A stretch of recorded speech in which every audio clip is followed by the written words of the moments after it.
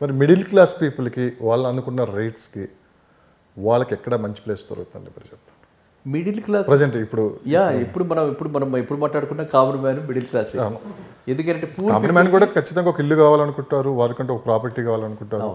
Poor పీపుల్కి double bedrooms అని చెప్పి పాత ఆయన ఇచ్చారు. ఇప్పుడు ఈయన కూడా ఏదో మార్చి ఆ స్కీమ్ మార్చారు. అలాగే ఆ స్కీమ్స్ అన్నీ ఇలా మారుతున్నాయి, కానీ ఏది కూడా మిడిల్ క్లాస్ వాడికి లేదు.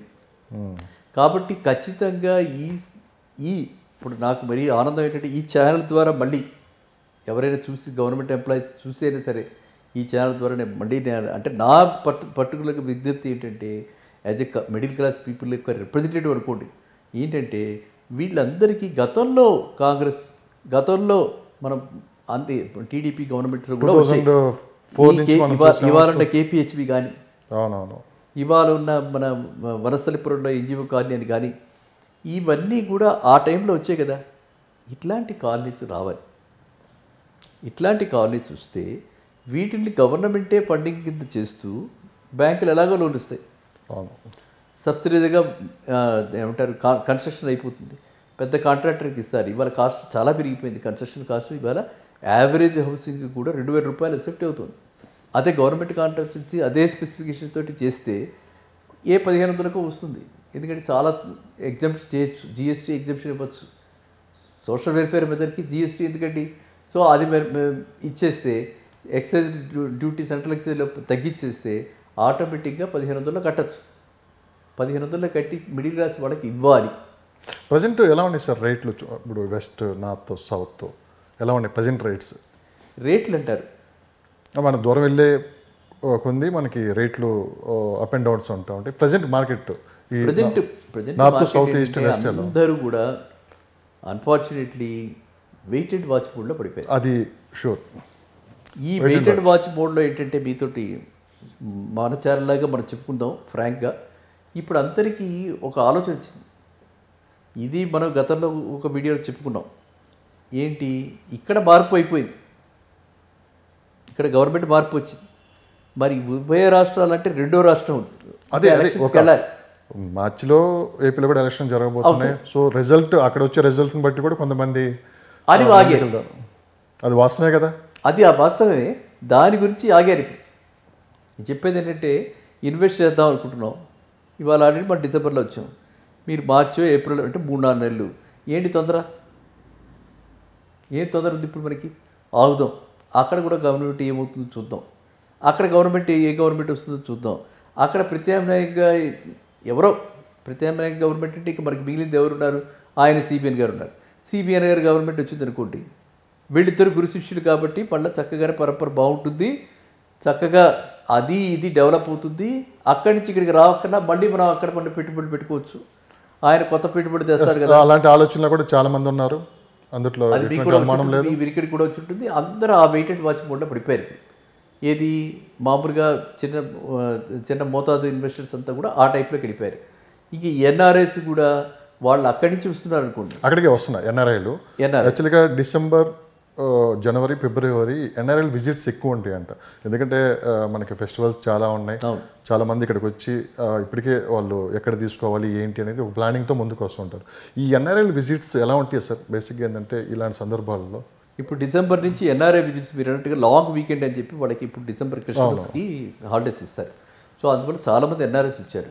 ఈ ఎన్ఆర్ఐస్ కూడా తిరుగుతున్న వాళ్ళు ఇక్కడ మీరు అన్నారు కాబట్టి మనము చాలామంది కాంటాక్ట్లో వస్తుంటారు. నా పాత అనుభవాన్ని వాళ్ళకు కూడా తెలుసు బట్టి చాలామంది కాంటాక్ట్లోకి వస్తుంటారు. వాళ్ళంతా కూడా ఏంటంటే అక్కడే గవర్నమెంట్ వస్తుందో వెయిట్ చేద్దాం సార్, లేకపోతే ఇక్కడ పెట్టుబడులు ఒకవేళ ఇక్కడ పెద్ద ల్యాండ్ కొనుక్కుందాం అనుకుంటే మినిమం సైజే కొనుక్కుని, ఎన్ఆర్ఐస్కి ఏంటంటే వాళ్ళకి అక్కడ అలవాటు అయిపోతుంది. 1000 గజాలలో అంటే 1/4 ఎకరం అంటే నథింగ్ అనమాట. యూఎస్లో 1/4 ఎకరం అంటే నథింగ్. వాళ్ళకి ఆ ఓపెన్గా ఉంటుంది, వెనకాతల వాళ్ళకి వాళ్ళే పండించుకుంటూ ఉంటారు, వెనకాతల బ్యాక్ యార్డ్ ఉంటుంది. ఆ టైప్ ఆఫ్ హౌసెస్ ఇక్కడ కూడా కట్టుకుని కోట్ యార్డ్, బ్యాక్ యార్డ్ అని వచ్చాయి. సో ఇప్పుడు ఏంటంటే పెద్ద పెద్ద బదులు 1 ఏకర్లో కొనుక్కునేది 1/4 ఎకరాలు కొనుక్కుంటారు. ఎందుకని? ఇన్వెస్ట్మెంట్ ఒకవేళ అదృష్టం లేకపోతే ఒకవేళ ఏమన్నా అవకాశం దొరికితే అటు మళ్ళీ పెట్టుకోవాలి. Averaging concept. ఇదివరకు వాళ్ళు ఎప్పుడో 2 కోట్లు కొన్నారు, ఇప్పుడు 70 లక్షలకి 60 లక్షలకి వచ్చేస్తున్నాయి. అదేదో వచ్చిందనుకోండి, అక్కడైనా మార్పు వస్తుంది, టక్కుమని అది కొనేసుకుందాం. అక్కడ పడ్డ రేట్లకి ఇంకా పడదా పెరుగుతుందా? చెప్పలేకపోతున్నాడు. అవును, ఏది బాటమ్ అని చెప్పలేకపోతున్నాడు.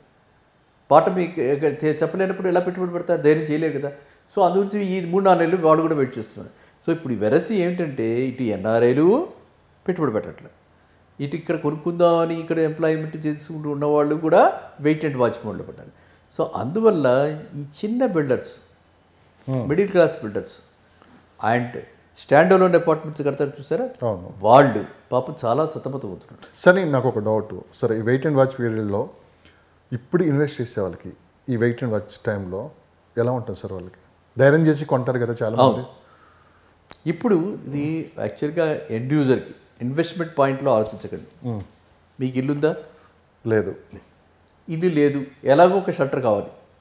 మనం ఎలాగో హైదరాబాద్కి వచ్చాం, మనం హైదరాబాద్లో ఉంటాం ఒక 30 ఏళ్ళు 20 ఏళ్ళు, ఇంకా మండే 3 డేస్లో మళ్ళీ రిటైర్ అయిపోయాక అప్పుడు మీరు ఆలోచిస్తారు స్వగ్రామానికి వెళ్ళాలా, ఎక్కడ ఉండాలి ఏమిటని అప్పుడు ఆలోచిస్తారు. ఆ రోజున వసతులను బట్టి ఆలోచిస్తారు. అప్పటిదాకా అయితే ఇక్కడే ఉంటారు కదా, కాబట్టి ఇక్కడ ఒక ఇల్లు ఉంటే మంచిది అని ఇప్పుడు ఏం చేస్తున్నారు. ఇది ఇంకొక కొత్త ట్రెండ్ వచ్చింది హైదరాబాద్లో. ఏంటి ఆ ట్రెండ్ అంటే, ఎక్కడ ఎవరు వల్నరబుల్గా అంటే కాస్త షేకీగా ఉండి బిల్డింగ్ మళ్ళీ, ఎందుకంటే ఇవాళ కూడా ఏదో స్కామ్ కనిపించింది, అక్కడ నేను పూర్తిగా చూడలేదు, స్కామ్ ఏదో ఇవాళ కూడా అనర్తయింది, ఎవరో బిల్డర్ మోసం చేశాడని చెప్పి వచ్చిందనమాట. సో ఇలాంటి పరిస్థితుల్లో వాళ్ళు ఏం చేస్తున్నారు, కంప్లీటెడ్గా నియర్ కంప్లీషన్ వచ్చినటువంటి అపార్ట్మెంట్స్, నియర్ కంప్లీటెడ్ వచ్చినటువంటి చిన్న చిన్న ఇళ్ళు, ఇండిపెండెంట్ హౌసెస్ 60-70 లక్షల్లో వస్తుంటే వాటిని కొంటున్నారు. వాళ్ళు కొనుక్కుంటున్నారు, అదృష్టంగా భావించి కొనుక్కుంటున్నారు. ఎందుకని? ఓకే 5 ఏళ్ళ 10 ఏళ్ళ 15 ఏళ్ళ 20 ఏళ్ళ దాకా అయితే నేను ఇక్కడే ఉంటా కదా, నేను అమ్మే దృష్టితో నేను కొనుక్కోవట్లా, నేను లాభం ఎంత వస్తుందని కొనుక్కోవట్లా, నాకు వసతి కావాలి, షెల్టర్ కావాలి, ఇది ఒక బేసిక్ నీడ్ అని అలాంటి వాళ్ళు మాత్రం వాళ్ళకి ఇది మంచి అవకాశం. ఈ టైం ఇది చాలా చక్కటి అవకాశం. అండ్ అలాంటి వాళ్ళు ఎక్కడ కొంటున్నారు, అలాంటివి ఎక్కడ దొరుకుతున్నాయి అని మీరు మళ్ళీ అడగచ్చు. అదే అడగబోతున్నా, మీరే మీద ఆన్సర్ మీద చెప్పండి. అది ఇప్పుడు దానికి మనం చూసామనుకోండి, ఆ ప్లేసెస్ అన్నీ కూడా మనకి చుట్టుపక్కల పట్టాంచేరు చుట్టుపక్కల చాలామంది కొంటున్నారు.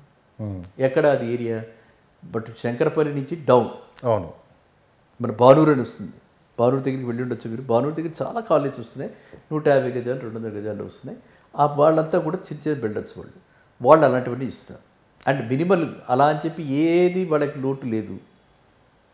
క్లబ్ హౌస్ కూడా ఉంటుంది, మినిమల్ ఫీచర్స్ అన్నీ. క్లబ్ హౌస్ కూడా చిన్న చిన్న క్లబ్ హౌస్, చిన్న స్విమ్మింగ్ పూలు, వాళ్ళకి కావాల్సిన వసతులు అన్నీ ఉంటూ చక్కగా నియర్ బై ఉన్న ప్లేసెస్ లైక్ బాను ఇటువైపు మీరు అటు వెళ్ళారనుకోండి, మన షాద్నగర్ వైపు, ఆ షాద్నగర్ దగ్గర చుట్టుపక్కల అంతా కూడా అదే 60-70 లక్షలకే వచ్చేస్తుంది, ఇండిపెండెంట్ హౌసెస్ వస్తున్నాయి. ఇంక ఈ రోడ్డు మీదకి వెళ్తే కందుకూరు బియాండ్ అక్కడంతా కూడా నేదునూరు అంటారు. నేదునూరు విన్నారా పేరు?